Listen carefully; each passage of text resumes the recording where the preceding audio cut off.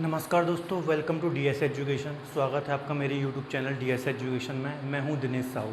और दोस्तों आज से हम ज्योग्राफी स्टार्ट करने वाले हैं। ठीक है, अभी हम दोस्तों ऑलरेडी पॉलिटी का अध्ययन कर रहे हैं ना, या फिर बोले भारतीय राज्य व्यवस्था का। और आज से हम ज्योग्राफी सब्जेक्ट स्टार्ट कर रहे हैं।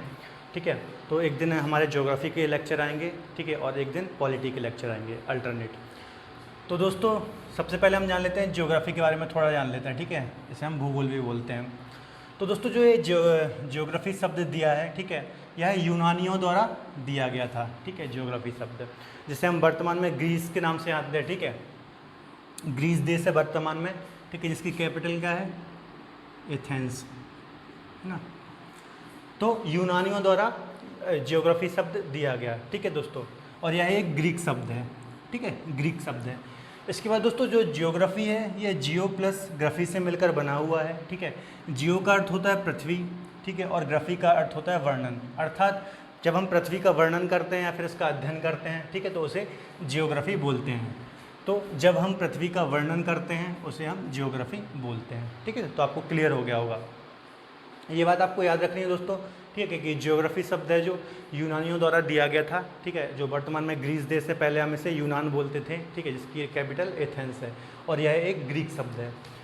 इसके बाद हम दोस्तों इसका पहला पॉइंट देख लेते हैं सबसे पहले। ठीक है, क्योंकि हम देखिए दोस्तों अभी हम ज्योग्राफी में सबसे पहले मैंने इंडियन ज्योग्राफी का टॉपिक लिया है। ठीक है, क्योंकि दोस्तों इंडियन ज्योग्राफी से बहुत ज़्यादा क्वेश्चन देखने को मिलते हैं एग्ज़ाम में, और थोड़ी इंटरेस्टिंग भी है, आपको मज़ा आएगा अपने भारत देश के बारे में जानकारियाँ पढ़कर, है ना। तो हम इंडियन ज्योग्राफी से स्टार्ट कर रहे हैं, इसके बाद हम वर्ल्ड ज्योग्राफी का अध्ययन करेंगे। तो दोस्तों पहला पॉइंट मैंने इसमें दिया है, जब हम अवस्थिति, सबसे पहले हम अवस्थिति देख लेते हैं। ठीक है, तो दोस्तों जो हमारी भारत की स्थिति है, ठीक है, वह उत्तरी गोलार्ध में है। ठीक है, आपको पता होगा दो गोलार्ध होते हैं, एक उत्तरी गोलार्ध होता है और एक दक्षिणी गोलार्ध होता है। ठीक है, ये हमारी पृथ्वी है। ठीक है, ये उत्तरी गोलार्ध है ऊपर वाला, ठीक है, और ये दक्षिणी गोलार्ध है। ठीक है, ये दो गोलार्ध होते हैं। इसके अलावा दोस्तों ये भी पता होगा कि जो हमारा देश है भारत, ठीक है, यह एशिया में स्थित है।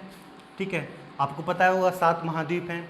एशिया हो गया, अफ्रीका हो गया, यूरोप हो गया, उत्तरी अमेरिका, दक्षिणी अमेरिका, ठीक है, उसके अलावा ऑस्ट्रेलिया और अंटार्कटिका। ठीक है, तो ये 7 महाद्वीप हैं दोस्तों। ठीक है, तो उसमें से एक महाद्वीप है दोस्तों एशिया। ठीक है, तो जो हमारा भारत देश है वो एशिया में स्थित है, और एशिया में भी कहाँ स्थित है, दक्षिणी एशिया में स्थित है। ठीक है, दक्षिणी, मैं थोड़ी ग्लोब के माध्यम से आपको बता देता हूँ।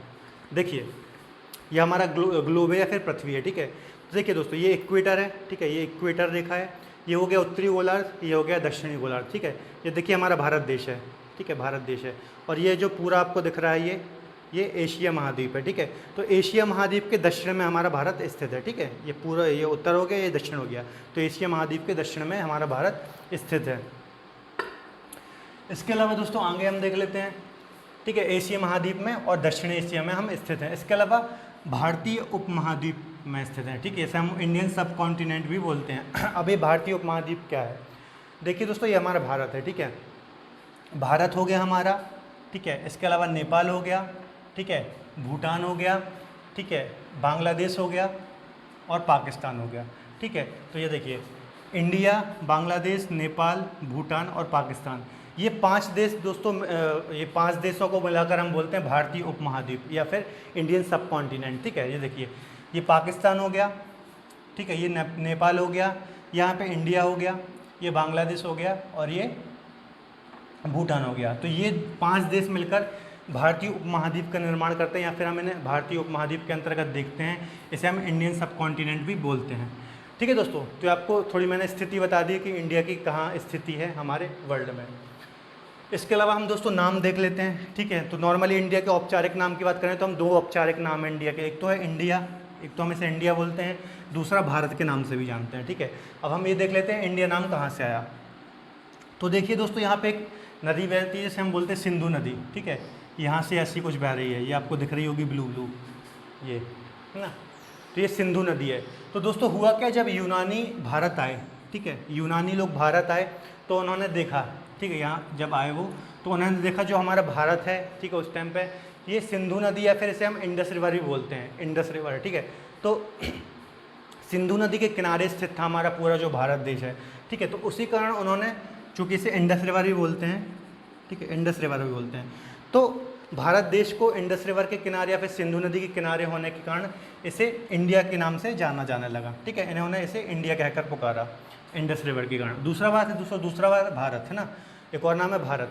तो दोस्तों भारत जो राजा दुष्यंत हैं, ठीक है, उनके पुत्र भरत के नाम पे इसे भारत के नाम से भी जाना जाता है। तो ये जस्ट एक आइडिया के लिए मैंने आपको बता दिया कि पता होना चाहिए हमारे भारत का नाम कैसे पड़ा। ठीक है, तो ये एक जानकारी के लिए ज़रूरी है। इसके बाद दोस्तों अगला पॉइंट है क्षेत्रफल। ठीक है, अब यहाँ से मेन कहानी स्टार्ट होती है। ठीक है, हमारे भारत का क्षेत्रफल कितना है। तो दोस्तों ये जो पूरा हमारा भारत है, ठीक है, ये भारत है, इसका क्षेत्रफल है 32,87,263। ठीक है, 32,87,263 किलोमीटर, वर्ग किलोमीटर। ठीक है, 32,87,263 किलोमीटर। अब दोस्तों एग्जाम में बहुत ज़्यादा पूछा जाता है ये क्वेश्चन, सीधे सीधे आ जाता है। ठीक है, तो ये बिल्कुल आपको रट लेना है। ठीक है, 32,87,263 ऐसा आप बोलेंगे 10, 20, 50 बार बोलेंगे तो याद हो जाएगा, कोई बड़ी वाली दिक्कत नहीं है ना। तो 32,87,263 या फिर 32,87,263 वर्ग किलोमीटर। ठीक है, ये भारत का क्षेत्रफल हो गया या फिर एरिया हो गया। इसके बाद हम देख लेते हैं दोस्तों 2.4%। ठीक है, अब ये क्या चीज़ है, तो देखिए दोस्तों ये भारत का क्षेत्रफल है। ठीक है, ये संपूर्ण विश्व, जो पूरा एक विश्व है, ये देखिए ये पूरा जो हमारी पृथ्वी है या फिर हमारा पूरा विश्व है, ठीक है, इसका 2.4% है। ठीक है, मतलब पूरे विश्व के क्षेत्रफल का सिर्फ 2.4% है। ठीक है, 2.4%। ठीक है, पूरे विश्व के क्षेत्रफल का 2.4% है। अब ये तो ठीक है 2.4% है।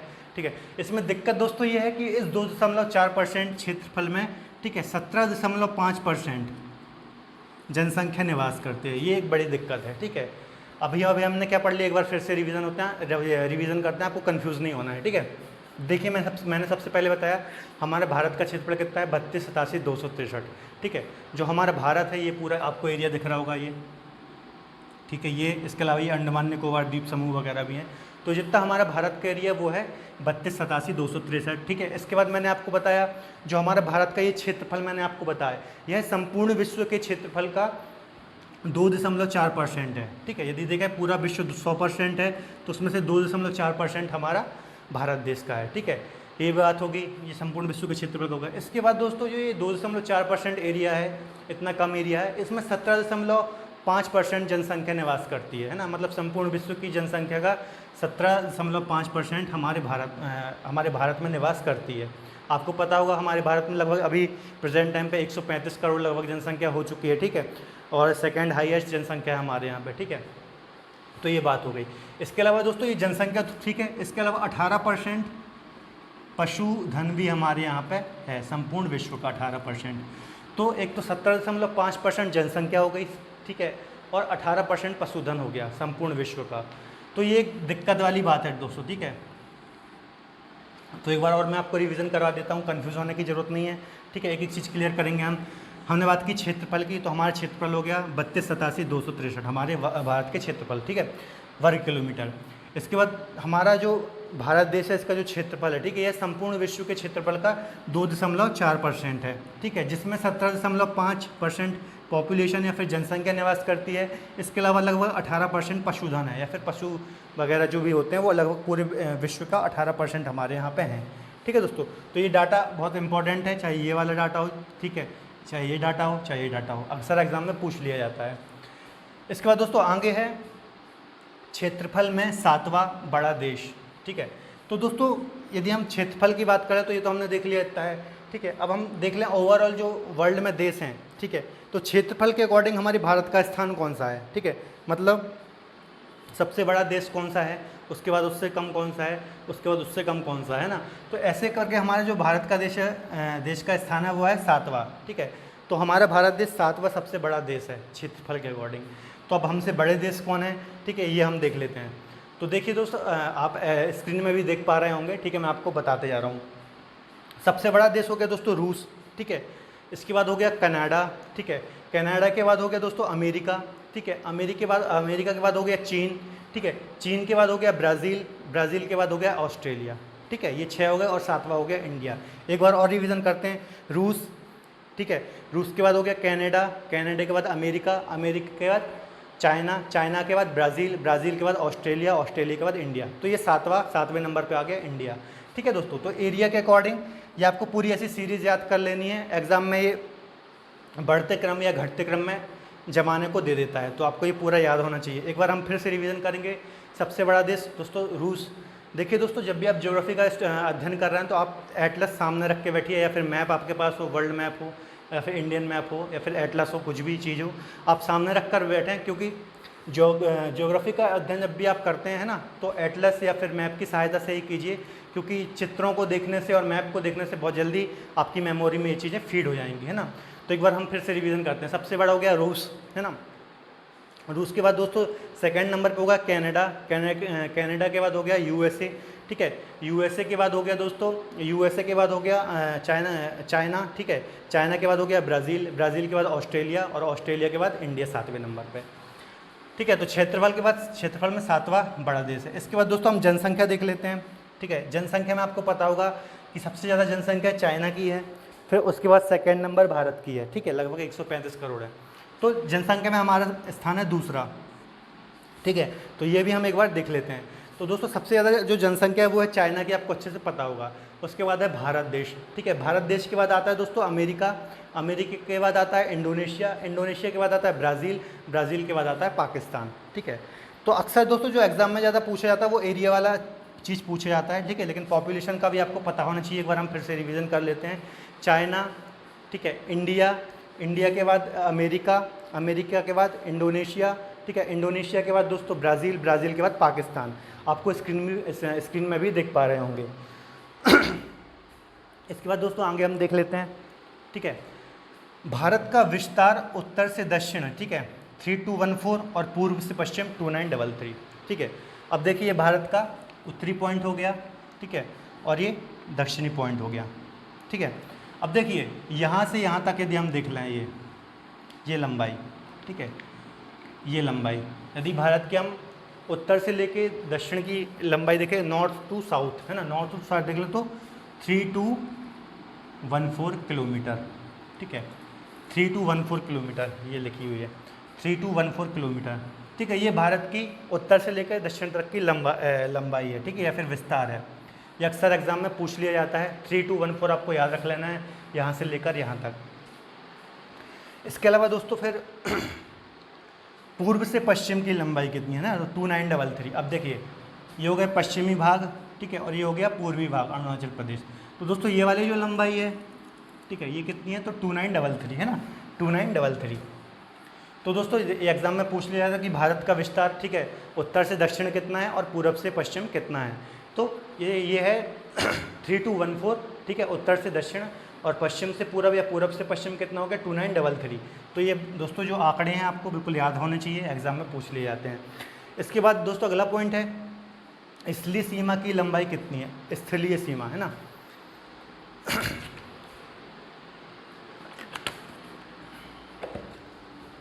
तो देखिए दोस्तों भारत की स्थलीय सीमा के बारे में हम देख लेते हैं, ठीक है, इसकी लंबाई बोल रहा है। तो देखिए ये गुजरात यहाँ से लेके ये जो इतना भी एरिया है ये, ठीक है,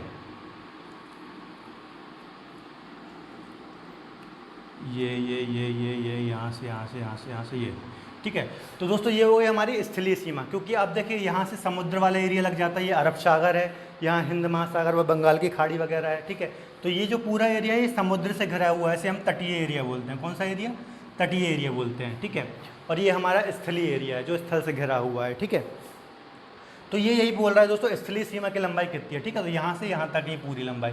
तो दोस्तों ये जो लंबाई है, ठीक है, ये है 15200 किलोमीटर, 15200 किलोमीटर, ठीक है।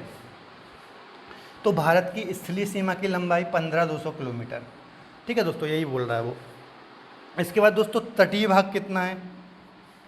अब तटीय भाग क्या होता है, तो दोस्तों ऐसा क्षेत्र, ठीक है, जो समुद्र से घिरा हुआ होता है, जल से घिरा हुआ होता है, ठीक है। ये देखिए आप यहाँ से देख पा रहे होंगे, ये इसे हम बोलते हैं तटीय एरिया, ठीक है। ये पूरा तटीय एरिया जहाँ जहाँ ये समुद्र लग रहा है। तो दोस्तों ये तटीय एरिया, और कुछ यहाँ पे हमारा अंडमान निकोबार द्वीप समूह भी है ये, है ना, और यहाँ पे लक्षद्वीप भी है ये। तो दोस्तों इनको मिला के जो लंबाई होती है वो होती है 7516 किलोमीटर, 75 16 किलोमीटर, ठीक है। ये देखिए आप देख पा रहे होंगे, ये 75-16 किलोमीटर, ठीक है। जो हमारे भारत की देखिए सबसे पहले तो हो गई, मैंने बता दिया आपको स्थलीय सीमा जो कि स्थल से लगती है, ठीक है। उसके बाद मैंने बता दिया आपको तटीय रेखा, है ना, तटीय भाग। तो तटीय भाग कितना है? 75-16 किलोमीटर, ठीक है, 75। इसके बाद दोस्तों अगला है मुख्य तटीय भाग। मुख्य तटीय भाग कितना है? तो 61 किलोमीटर। अब ये मुख्य तटीय भाग और तटीय भाग क्या है, तो मैंने आपको बताया, देखिए दोस्तों ये वाला जो है, ये जो मैंने आपको बताया, ये इसे हम बोलते हैं मुख्य तटीय भाग, ठीक है, जो कि है 6100 किलोमीटर लंबा, 6100 किलोमीटर लंबा ये वाला, ठीक है, ये वाला। और यदि हम दोस्तों इसमें अंडमान निकोबार द्वीप समूह वगैरह को भी मिला दें, ठीक है, तो ये हो जाता है पूरा तटीय भाग। तो ये है 75-16 किलोमीटर, ठीक है, तो ये आपको याद रखना है। तो अभी अभी हमने क्या देख लिया दोस्तों, देखिए एक तो हमने देख लिया स्थलीय भाग कितना लंबा है, तो 1500 किलोमीटर। इसके अलावा मुख्य तटीय 6100 किलोमीटर, और यदि कुल तटीय पूछ रहे तो 15-16। देखिए दोस्तों कभी भी ये दोनों ऑप्शन में एग्जाम में यदि क्वेश्चन आता है, दोनों ऑप्शन नहीं रहेंगे, है ना, एक ही ऑप्शन रहेगा, तो आपको कंफ्यूज नहीं होना है। यदि मुख्य तटीय पूछे तो आपको 6100 लगा देना है, और तटीय पूछता है तो 75-16 लगा देना है, ठीक है। और दोस्तों यदि हम देख लें सबसे ज़्यादा तटीय लंबाई किस प्रदेश की है ना, तो गुजरात की है। जो गुजरात का एरिया है, ये देखिए गुजरात का है, ये गुजरात का एरिया, ये पूरा गुजरात का। तो सबसे ज़्यादा तटरेखा किसकी है? गुजरात की सबसे लंबाई, ठीक है। तो ये क्वेश्चन भी आता है कि सबसे लंबी तटरेखा किसकी है, तो गुजरात की है, ठीक है। और उसके बाद किसकी है, तो आंध्र प्रदेश की। आंध्र प्रदेश कहाँ है? ये आंध्र प्रदेश है, ठीक है। एक बार हम डिस्कस भी कर लेते हैं कि कौन कौन से राज्य हैं, ठीक है, जो कि तटरेखा से लगते हैं, ठीक है। तो देखिए दोस्तों सबसे पहला जो तटीय जो प्रदेश है, ठीक है, हमारा वो है कौन सा? गुजरात। ये आप भी अपने मैप में देखते जाइए, ठीक है, गुजरात है। इसके बाद दोस्तों दूसरा है, ठीक है, महाराष्ट्र। ये महाराष्ट्र आपको दिख रहा होगा, ये एक हो गया, ये दो हो गए, ठीक है। इसके बाद है गोवा, ये छोटा सा आपको दिख रहा होगा गोवा, ठीक है, तो ये हो गया तीसरा गोवा, ठीक है। इसके बाद चौथा हो गया कर्नाटक, ये कर्नाटक हो गया। पाँचवा हो गया दोस्तों केरल हो गया, ठीक है। छठवा हो गया तमिलनाडु, ठीक है। सातवां हो गया आंध्र प्रदेश, ठीक है। आठवां हो गया उड़ीसा, और नौवां हो गया पश्चिम बंगाल। तो दोस्तों टोटल 9 राज्य हैं, ठीक है, 9 राज्य हैं जो हमारे तटीय प्रदेश हैं, या फिर समुद्र से जिनकी सीमा लगती है, ठीक है। तटीय राज्य बोलेंगे या तटीय प्रदेश भी हम बोलेंगे इनको, ठीक है। तो टोटल 9 राज्य हैं, आपको ये याद रखनी है। 9 राज्य समुद्री सीमा को टच करते हैं। इसके अलावा सबसे जो ज़्यादा समुद्री सीमा टच करता है वो कौन है? गुजरात है, सबसे ज़्यादा समुद्री सीमा वाला। और सेकंड है आंध्र प्रदेश, ठीक है। इसकी जो दोस्तों लंबाई है लगभग 1663 किलोमीटर है। 1663 किलोमीटर कवर करता है ये समुद्री एरिया, ठीक है। इसकी जो लंबाई समुद्र से टच होता है, ये 1663 किलोमीटर। इसके बाद दोस्तों अगला है स्थलीय सीमा, 7 पड़ोसी देश। तो दोस्तों अगला क्वेश्चन ऐसा आएगा कि भारत के जो पड़ोसी, मतलब भारत से ऐसे कितने देश हैं, या फिर ऐसे कौन से पड़ोसी देश हैं जिनकी सीमाएं स्थलीय सीमा भारत से लगती है ना। तो दोस्तों देखिए आपको बता देता हूँ स्थलीय सीमा कौन कौन से देश लगते हैं भारत से, ठीक है। तो ये हमारा भारत है। सबसे पहले तो हो गया दोस्तों पाकिस्तान, ठीक है, स्थलीय सीमा वाला पाकिस्तान हो गया। इसके अलावा दोस्तों दूसरा हो गया चाइना हो गया, ठीक है। इसके बाद यहाँ पे थोड़ा सा एरिया दोस्तों यहाँ अफगानिस्तान का भी लगता है, ठीक है, ये अफगानिस्तान का भी लगता है। तो तीसरा हो गया ये अफगानिस्तान, ठीक है। चौथा हम देख लें तो नेपाल, चौथा नेपाल हो गया, ठीक है। पांचवा हो गया ये भूटान, ठीक है। छठवा हो गया म्यांमार, ठीक है। सातवां हो गया बांग्लादेश, ठीक है दोस्तों। तो ये कितने हो गए? 7, ठीक है। तो हमारे जो देश है, ठीक है, इससे जो अंतर्राष्ट्रीय सीमा लगती है देशों की, स्थलीय सीमा, ठीक है, तो उससे बोलेंगे लगभग 7 देश हमारे भारत देश की सीमा से लगते हैं। तो एक बार हम देख लेते हैं दोस्तों, ठीक है। हम लाइन से देखते हैं। देखिए सबसे ज़्यादा सीमा लगती है बांग्लादेश की, ठीक है, हम इसको अलग से लिख लेते हैं। देखिए सबसे ज़्यादा सीमा लगती है बांग्लादेश की, ठीक है, तो पहले नंबर पर है बांग्लादेश। भारत से सबसे ज़्यादा किसी की सीमा लगती है तो वो है बांग्लादेश। इसके बाद सबसे ज़्यादा लगती है सेकंड नंबर पे वो है चाइना, ठीक है, सेकंड नंबर पे चाइना। इसके बाद दूसरे तीसरे नंबर पे पाकिस्तान, ठीक है। चौथे नंबर पे है नेपाल, ठीक है। पाँचवें नंबर पे है म्यांमार, ठीक है। इसके बाद छठवें नंबर पे है भूटान, और 7वें नंबर पे है यहाँ अफगानिस्तान। ये देखिए यहाँ अफगानिस्तान की भी थोड़ी सी सीमा यहाँ पे लग रही है भारत से, ठीक है। तो एक बार हम रिवीजन कर लेते हैं।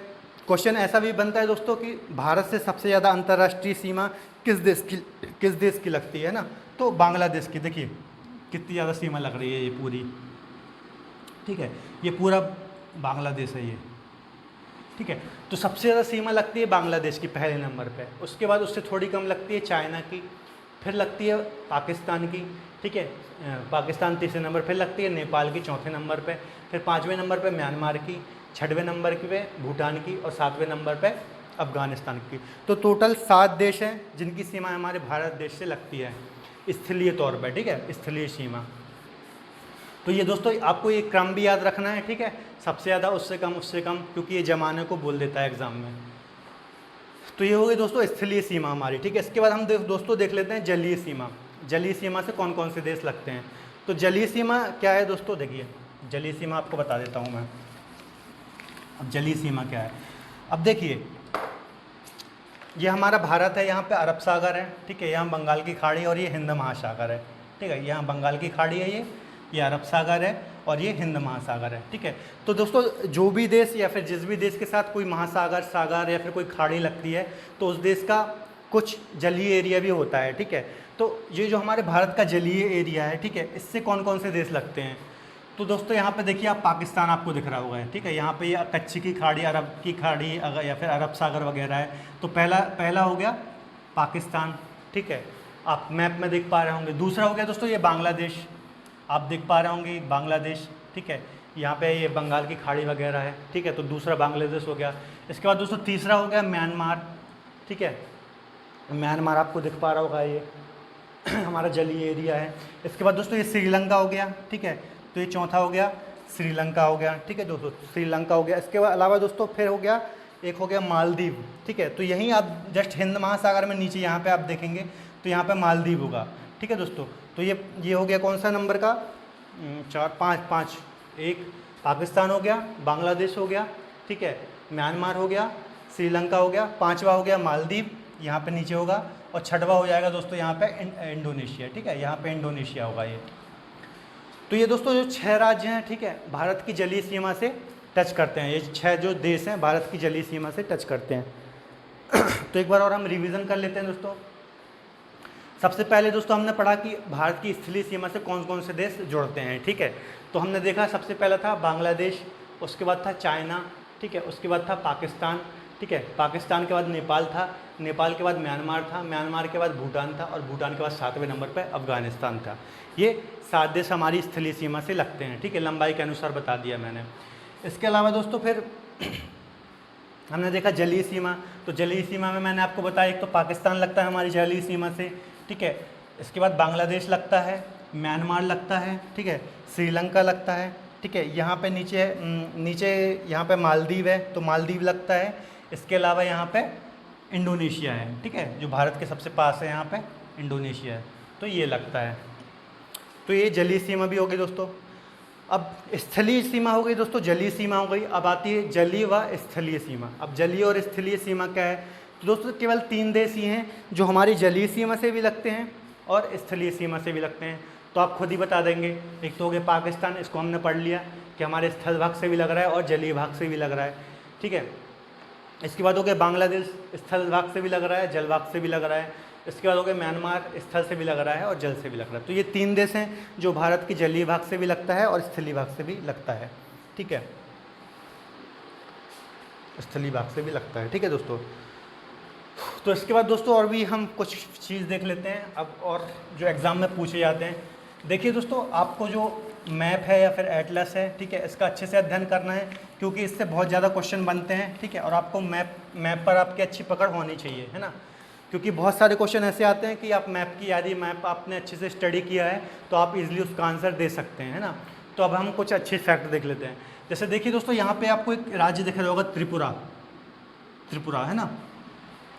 तो जो ये त्रिपुरा राज्य है दोस्तों, ये 3 ओर से बांग्लादेश से घिरा हुआ है। आप एटलस में देखिए या फिर यहाँ भी देख पा रहे होंगे, ये देखिए पूरा बांग्लादेश है, ये वाला, ये पूरा बांग्लादेश है, ये पूरा बांग्लादेश है, है ना। और जो ये त्रिपुरा है ये तीनों ओर से बांग्लादेश से घुरा हुआ है। तो ऐसा क्वेश्चन एग्जाम में आता है, ऐसा कौन सा राज्य है, भारतीय राज्य है जो तीन ओर से बांग्लादेश से घुरा हुआ है, तो आंसर करेंगे त्रिपुरा, ठीक है। इसके अलावा ये देख लेते हैं कि बांग्लादेश से कौन कौन से देश की सीमाएं नहीं लगती हैं, ठीक है। ये नॉर्थ ईस्ट का अध्ययन करना बहुत ज़रूरी है दोस्तों। यहाँ से मैप के द्वारा ही क्वेश्चन पूछे जाते हैं, मतलब आपको मैप पे पकड़ है तो आप आंसर ईजिली दे सकते हैं। तो हम ऐसे राज्य देख लेते हैं जिनकी सीमा बांग्लादेश से नहीं लगती, ठीक है। तो देखिए मेघालय की तो लग रही है और असम की भी लग रही है, ठीक है। तो इसके ऊपर चलते हैं हम, सिक्किम की नहीं लगती, ठीक है, अरुणाचल प्रदेश की नहीं लगती, नागालैंड की नहीं लगती और मणिपुर की नहीं लगती, ठीक है। तो ये 4 राज्य की नहीं लगती दोस्तों सीमा, बाकी सब देश की लगती है। किस किस की ये देख लेते हैं, ठीक है। एक तो असम की लगती है दोस्तों, पश्चिम बंगाल की लग रही है ना, असम नॉर्थ ईस्ट की बात कर रहे हैं हम, असम की लग रही है, मेघालय की लग रही है, त्रिपुरा की लग रही है, मिजोरम की लग रही है। तो ये 4 राज्यों की सीमा बांग्लादेश से टच होती है ना। इसके बाद दोस्तों और चीज़ हम देख लेते हैं, ठीक है। अब हम बात करते हैं अरुणाचल प्रदेश की, ठीक है। अरुणाचल प्रदेश आप देख पा रहे होंगे, ये अरुणाचल प्रदेश है, ये अरुणाचल प्रदेश है, ठीक है, ये अरुणाचल प्रदेश है। तो देखिए दोस्तों अरुणाचल प्रदेश ऐसा है कि 3 जगह से 3 ओर से अलग अलग देशों से सीमा इसकी लगती है। जैसे यदि आप पूर्व की बात करेंगे तो पूर्व में म्यांमार से इसकी सीमा लगती है, ठीक है। यदि आप पश्चिम की बात करेंगे तो पश्चिम में ये भूटान से सीमा लग रही है, ठीक है। और उत्तर से बात करेंगे तो उत्तर से चाइना की बॉर्डर लग रही है। तो ये जो क्या कहते हैं, अरुणाचल प्रदेश ऐसा राज्य है कि तीनों ओर से अंतर्राष्ट्रीय सीमा इसकी लग रही है, ठीक है। पूर्व में म्यांमार से, पश्चिम में भूटान से और उत्तर में चाइना से, ठीक है दोस्तों। इसके बाद हम और आगे कुछ चीज़ें देखते हैं। इसके अलावा दोस्तों आपको एक बात याद रखनी है कि जो ये देखिए ये हमारा बंगाल है, ठीक है, पश्चिम बंगाल का एरिया है, ये सिर्फ नीचे नहीं है, ये पूरा ऊपर तक गया हुआ है ना। ये सिक्किम तक जाता है और यहाँ भूटान से भी इसकी सीमा लगती है और यहाँ असम से इसकी सीमा लगती है ना। तो ये ऊपर तक फैला हुआ है। अक्सर एग्जाम में क्वेश्चन आ जाते हैं, ठीक है, तो हम कंफ्यूज होते हैं। तो ये जो बांग्लादेश है, ये बांग्लादेश नहीं सॉरी पश्चिम बंगाल है, ये ऊपर तक फैला हुआ है। इसके अलावा दोस्तों हम देख लेते हैं कि जो कर्क रेखा है, आपको पता होगा भारत के लगभग मध्य से गुजरती है। तो ये किन किन स्टेट से होकर गुजरते हैं ये बात हम देख लेते हैं, ठीक है, और कितने राज्यों से होकर गुजरती है। तो दोस्तों जो हमारी कर्क रेखा है लगभग 8 राज्यों से होकर गुजरती है, ठीक है, 8 राज्यों से होकर गुजरती है, 8 राज्य। अब 8 राज्य कौन कौन से हैं, ये जो क्वेश्चन है बहुत ज़्यादा एग्जाम में पूछा जाता है, ठीक है। तो देखिए दोस्तों आपको रटना नहीं है, बस मैप देखना है, ठीक है। पहला राज्य हो गया गुजरात, देखिए ये ऐसी कुछ कर्क रेखा निकलती है, ठीक है, ऐसा। तो पहला तो हो गया दोस्तों गुजरात, ठीक है, और यहाँ थोड़ा सा एरिया है अपना ये राजस्थान का, ठीक है, 2। तीसरा हो गया मध्य प्रदेश, चौथा हो गया छत्तीसगढ़, 5वां हो गया झारखंड, ठीक है, 6वां हो गया पश्चिम बंगाल, 7वां हो गया त्रिपुरा और ये 8वां हो गया मिजोरम। तो दोस्तों ये 8 राज्य हैं जिनसे होकर कर्क रेखा, जिसे हम 23.5 डिग्री उत्तरी अक्षांश भी बोलते हैं, ठीक है, 23.5 डिग्री पर खिंची हुई है, ठीक है। तो 23.5 डिग्री उत्तरी अक्षांश पर ये खिंची हुई है, ठीक है दोस्तों। इसके अलावा दोस्तों और कुछ फैक्ट हम देख लेते हैं। ये मैंने आपको बता दिया कि गुजरात की तटरेखा सबसे लंबी है, ठीक है। उसके अलावा सेकंड नंबर पे आंध्र प्रदेश की तटरेखा सबसे लंबी है। इसके अलावा एक और चीज़ रह गई दोस्तों, जो हमारा भारत है, ठीक है, इसकी अवस्थिति क्या है, ठीक है, ठीक है दोस्तों। तो देखिए ये हमारा भारत है, ठीक है। आपने सुना होगा, यदि आपने पहले को पढ़ा है थोड़े, ठीक है, यदि ज्योग्राफी का अध्ययन आपने पहले किया तो आपको पता होगा कि जो ग्लोब होता है, ठीक है, ये ग्लोब है जैसे, तो उसमें अक्षांश रेखाएं होती हैं ऐसी, ठीक है, और कुछ देशांतर रेखाएं होती हैं ऐसी। दोस्तों ये टॉपिक बहुत लंबा टॉपिक है और बड़ा टॉपिक है, तो इसको हम बाद में जब वर्ल्ड ज्योग्राफी का अध्ययन करेंगे तो ये अक्षांश देशांतर रेखाओं का अध्ययन भी करेंगे, ठीक है, तो इसे हम बाद में पढ़ेंगे। अभी जस्ट मैं आपको बता रहा हूँ कि भारत की स्थिति क्या है अक्षांश देशांतर रेखाओं के अकॉर्डिंग, ठीक है। तो दोस्तों 8 डिग्री 4 मिनट है ना, 8 डिग्री 4 मिनट से लेकर, ठीक है, 32 डिग्री 6 मिनट, ठीक है, उत्तरी अक्षांश, ठीक है। अब देखिए मैंने आपको बताया कि जो भारत की स्थिति है, ठीक है, वह उत्तर में स्थित है। कहाँ स्थित है? उत्तर में, ठीक है।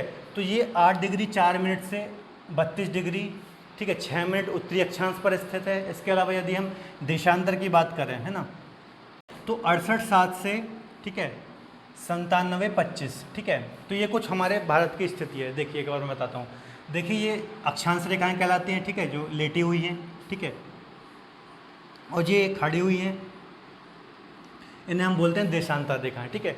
तो भारत की अभी हम ज़्यादा डिटेल में नहीं जा रहे हैं, बस मैं आपको जस्ट आप इसको जो याद कर लीजिए, ठीक है, कि स्थिति क्या है, बाद में आपको अच्छे से मैं पढ़ा दूंगा।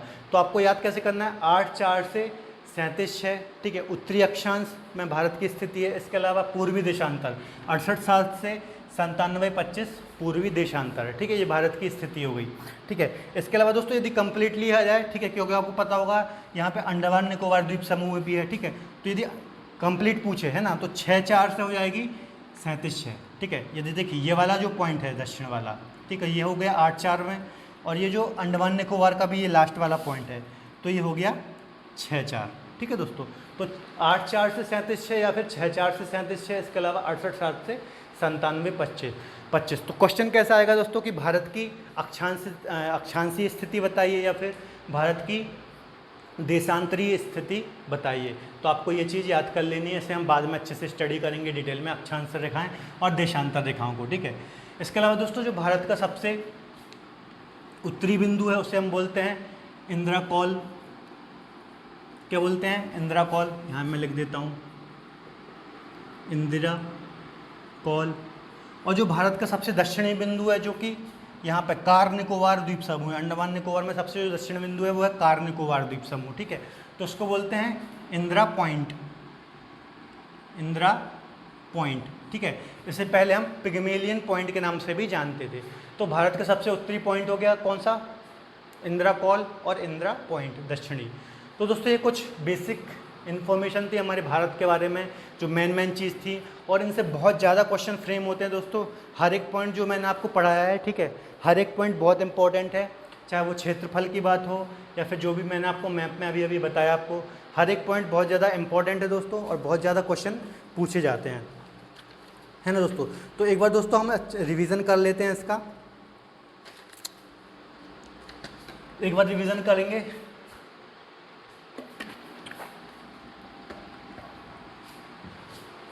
तो सबसे पहले दोस्तों हमने देखा, ठीक है, अवस्थिति देख लेते हैं। सबसे पहले मैंने बताया आपको, ठीक है, कि जो हमारा भारत देश है उत्तरी गोलार्ध में स्थित है। मैंने बताया था 2 गोलार्ध होते हैं, उत्तरी गोलार्ध और दक्षिणी गोलार्ध।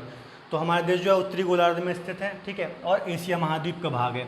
एशिया महाद्वीप में भी कहाँ? दक्षिणी एशिया का भाग है, ठीक है, दक्षिणी एशिया के बाद। इसके अलावा भारतीय उपमहाद्वीप का भाग है, जो हमारा भारत है, ठीक है। भारत और कुछ देश मिलकर भारतीय उपमहाद्वीप का निर्माण करते हैं, जिसमें इंडिया, बांग्लादेश, नेपाल, भूटान और पाकिस्तान, ये 5 देश आते हैं भारतीय उपमहाद्वीप में।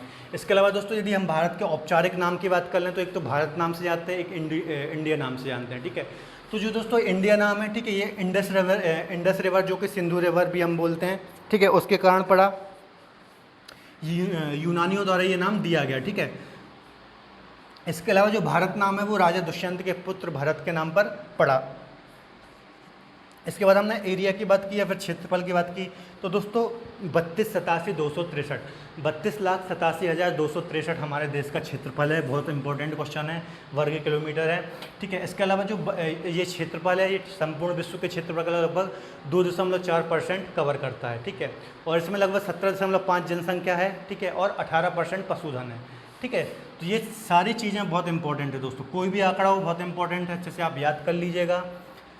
इसके अलावा यदि हम क्षेत्रफल की दोस्तों हमने बात की, ठीक है, तो 7वां बड़ा देश है हमारा, ठीक है, और जनसंख्या में दूसरा बड़ा देश है। क्षेत्रफल में यदि हम बात करें दोस्तों, तो सबसे बड़ा है रूस, उसके बाद है कनाडा, कनाडा के बाद दोस्तों है अमेरिका, अमेरिका के बाद है चीन, चीन के बाद है ब्राज़ील, ब्राज़ील के बाद है ऑस्ट्रेलिया, फिर 7वें नंबर पे है भारत। यदि हम पॉपुलेशन की बात करें तो दोस्तों चाइना सबसे पहले है, उसके बाद भारत है, ठीक है, उसके बाद भारत है, फिर अमेरिका है, ठीक है, फिर इंडोनेशिया है, फिर पाकिस्तान है, फिर ब्राज़ील है, फिर पाकिस्तान है, ठीक है दोस्तों। तो ये आपको लाइन से याद कर लेना है। इसके बाद दोस्तों भारत का उत्तर से दक्षिणी विस्तार 3214 है, ठीक है, 3214 है, और पूर्व से पश्चिमी जो विस्तार है वो है 2933। इसके अलावा स्थलीय लंबाई कितनी, हाँ तो मैंने आपको स्थलीय लंबाई बताई थी ये, ठीक है, स्थलीय लंबाई 15,200 है ना, 15,200 मैंने आपको बताई, 15,200 किलोमीटर, ठीक है। इसके अलावा तटीय भाग बताया मैंने 7516 किलोमीटर, और मुख्य तटीय बताया 6100 किलोमीटर। और सबसे लंबी तटीय भाग किसका है, गुजरात का है, उसके बाद आंध्र प्रदेश का है। गुजरात का कितना है दोस्तों, 1663 किलोमीटर। इसके बाद दोस्तों हमने चर्चा की स्थलीय भाग, ठीक है। भारत के जो स्थलीय भाग से कितने देश लगते हैं, तो 7 पड़ोसी देश लगते हैं ना। कौन कौन से लगते हैं, बांग्लादेश, चाइना, ठीक है, फिर पाकिस्तान, पाकिस्तान के बाद नेपाल, नेपाल के बाद म्यांमार, म्यांमार के बाद भूटान, भूटान के बाद अफगानिस्तान। तो ये 7 पड़ोसी देश हमारी देश की स्थलीय सीमा से लगते हैं। इसके बाद दोस्तों तटीय से, इसके बाद जलीय सीमा हम दोस्तों देख लें तो पाकिस्तान हो गया, बांग्लादेश हो गया, म्यांमार हो गया, ठीक है, श्रीलंका हो गया, मालदीव हो गया और इंडोनेशिया हो गया, ठीक है। तो ये देश हमारी जलीय सीमा से लगते हैं। और जल और स्थल सीमा से कौन कौन लगते हैं, तो बांग्लादेश हो गया, पाकिस्तान हो गया और म्यांमार हो गया। अब दोस्तों एटलस देखते चलिए, कोई कन्फ्यूज़न आपको नहीं होगा, मैं आपको अच्छे से मैंने आपको हर एक चीज़ क्लियर कर दी। इसके अलावा दोस्तों मैंने बताया कि 3 ओर से त्रिपुरा ऐसा राज्य है तो बांग्लादेश से 3 ओर से घिरा हुआ है। इसके अलावा अरुणाचल प्रदेश पूर्व में म्यांमार से लगता है, पश्चिम में भूटान से लगता है और उत्तर में चाइना से लगता है। इसके अलावा जो बांग्लादेश की सीमा, ठीक है, एक तो सिक्किम से नहीं लगती, अरुणाचल प्रदेश से नहीं लगती, नागालैंड से नहीं लगती और मिज़ोरम से नहीं लगती, सॉरी मिज़ोरम, हाँ मणिपुर से नहीं लगती, बाकी सबसे लगती है, ठीक है। और इसके बाद हमने चर्चा की जो उसको कर्क रेखा कहाँ कहाँ से निकलती है, तो गुजरात, राजस्थान, मध्य प्रदेश, छत्तीसगढ़, झारखंड, पश्चिम बंगाल, त्रिपुरा, मिजोरम। आपको देखिए दोस्तों कोई भी चीज़ रटनी नहीं है, ठीक है। 8 राज्य हैं टोटल, कर्क रेखा जहाँ से निकलती है, ठीक है। बस मैप में आपको देखते चलना है और याद करते चलना है, बिल्कुल आप आसानी से याद कर लेंगे, 2 4 5 बार पढ़ेंगे, है ना। बस मैप के थ्रू आप पढ़ते जाइए ज्योग्राफी का अध्ययन, ठीक है। तो ये दोस्तों हमारा आज हमने बेसिक चीज़ें कवर कर ली, भारत के बारे में जाना, ठीक है, क्या है कैसा है, ज़्यादा हम नहीं पढ़ेंगे नहीं तो कन्फ्यूज़न होगा। इसके बाद हम आगे भी भारत के बारे में ही अध्ययन करेंगे। तो हमारे साथ जुड़े रहने के लिए आप हमारे चैनल को सब्सक्राइब कर सकते हैं। इसके अलावा आप दोस्तों बेल आइकन जरूर प्रेस कर लें, क्योंकि जब भी हमारा लेक्चर आएगा तो आप तक नोटिफिकेशन आ जाए। तो हमारे साथ जुड़े रहने के लिए हमारे चैनल को सब्सक्राइब कर लीजिए। धन्यवाद।